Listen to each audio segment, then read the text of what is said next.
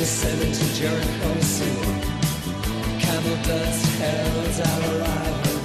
New cries been The question, even as poorly as it was phrased, addresses how do you think, for example, the Earth formed, or life progressed? And even if the answer was, I don't have a clue, even if we didn't have a scientific explanation, the explanation that you believe, that there's a magic man who done it all, does not become more plausible. You have to actually provide evidence for that. It's not the default position. It's not a position. It doesn't answer anything. It has no explanatory power. It's a non-answer. Yeah. So when you ask something like, I think you just think science did it. No, science isn't a person. It's not a thing. It's not a do. It couldn't possibly do anything.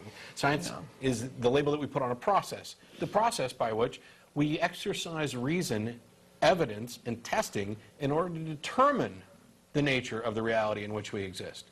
And it is the single most reliable, consistently reliable method for discerning fact from fiction that we've ever discovered, and potentially